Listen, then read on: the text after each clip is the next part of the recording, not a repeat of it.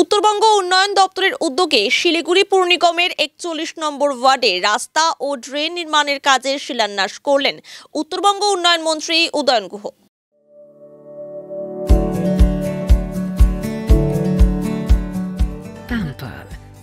Not just a hospital, but a mother. বৃহস্পতিবার দুপুরে শিলিগুড়ির সারদা শিশু তীর্থ স্কুলের হল ঘরে একটি অনুষ্ঠানের আয়োজন করা হয়।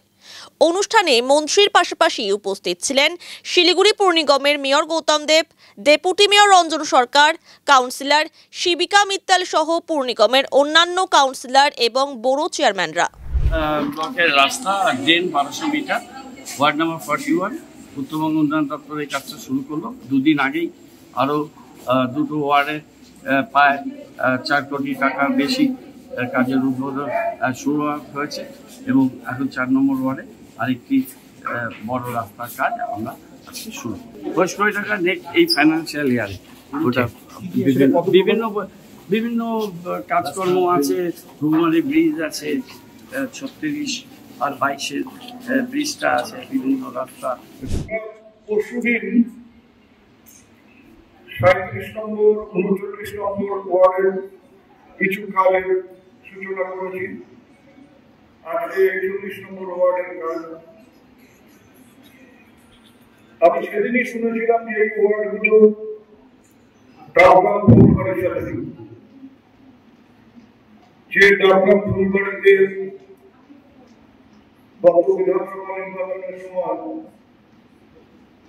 সে গৌতম দেব পরাজিত হয়েছিল। শুধু বিধানসভা নির্বাচন নয়, গত লোকসভা নির্বাচনের সময় আমাদের প্রার্থী ডাবগ্রাম ফুলবাড়ি এবং শিলিগুড়ি দুই জায়গাতেই দুজন প্রার্থী আমাদের বিপুল ভোটে পরাজিত হয়েছে। আমি এই কথাগুলো বললাম এই কারণে, যিনি ঘোষণা করছিলেন তিনি বলছিলেন যে আমাদের প্রিয় গৌতম।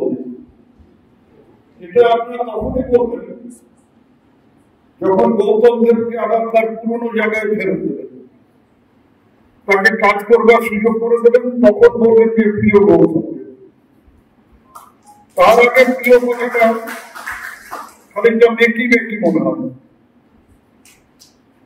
যে লোককে কাজ করবার চেষ্টা করছে, যে লোকরা মানুষের পাশে থাকবার চেষ্টা করছে, তার দিকে কিন্তু মানুষ সেইভাবে তার পাশে যেভাবে দাঁড়ানোর কথা সেভাবে দাঁড়াচ্ছে না। এটা আমাদের কাছে একটা দুর্ভাগ্যের বিষয়। আমি একটু ঠোঁট কাটা মানুষ, হয়তো মানুষের মুখের সামনে অনেক কথা বলে ফেলি যেটা না বলতে হয়, কিন্তু আমি পারি না। আমরা শুধু দেব না, এই মানসিকতায় কিন্তু উন্নয়ন হয়। যাকে দিয়ে উন্নয়ন হবে, যাকে দিয়ে কাজ হবে, তার পাশে জনগণকে দাঁড়াতে হবে। সাধারণ মানুষ তো মিটিং করতে পারে, সাধারণ মানুষ মিছিল করতে পারে, তারা মিটিংয়ে থাকবেন না, মিছিলে থাকবেন না, তাদের যে সমস্যা সেই সমস্যার দাবিটা তারা কারো কাছে করতে পারেন না। কারণ তারা দেখাতে চান যে তারা সব দলের লোকের কাছেই বলেন যে আমরা আপনাদের দল, আমাদের দলের খবর কি, এটা তারা সবার কাছেই জানেন। তাহলে আপনি কাজও চাইবেন, তাহলে সেই লোকটাকেই তো আপনার বেছে নেওয়া উচিত। আপনি যখন মিটিং করবেন না, মিছিল করবেন না, তাহলে আপনাকে সেই লোকটাকেই বেছে নেওয়া উচিত যে আপনার কাজ করবেন। আমি দুজন এমএলএ পাশাপাশি শিক্ষা চ্যাটার্জি এবং শঙ্কর ঘোষ, তাদের একটাই কাজ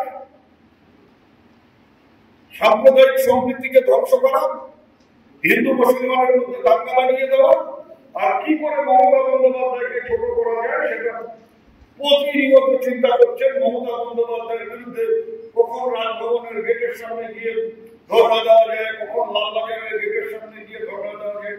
যে সময়টা লালবাজারের গেটের সামনে, যে সময়টা রাজভবনের গেটের সামনে ব্যয় করে, সেই সময়টা যদি শিলিগুড়ির মানুষের পাশে দাঁড়িয়ে তাদের সমস্যাগুলো জানার চেষ্টা করে, আমার মনে হয় উপকার শিলিগুড়ির মানুষের হবে। কিন্তু শিলিগুড়ির মানুষ যদি সেটা বুঝতে না পারেন, ডাবগ্রাম ফুলবাড়ির মানুষ যদি সেটা বুঝতে না পারেন, তাহলে তো কারো কিছু করার নেই।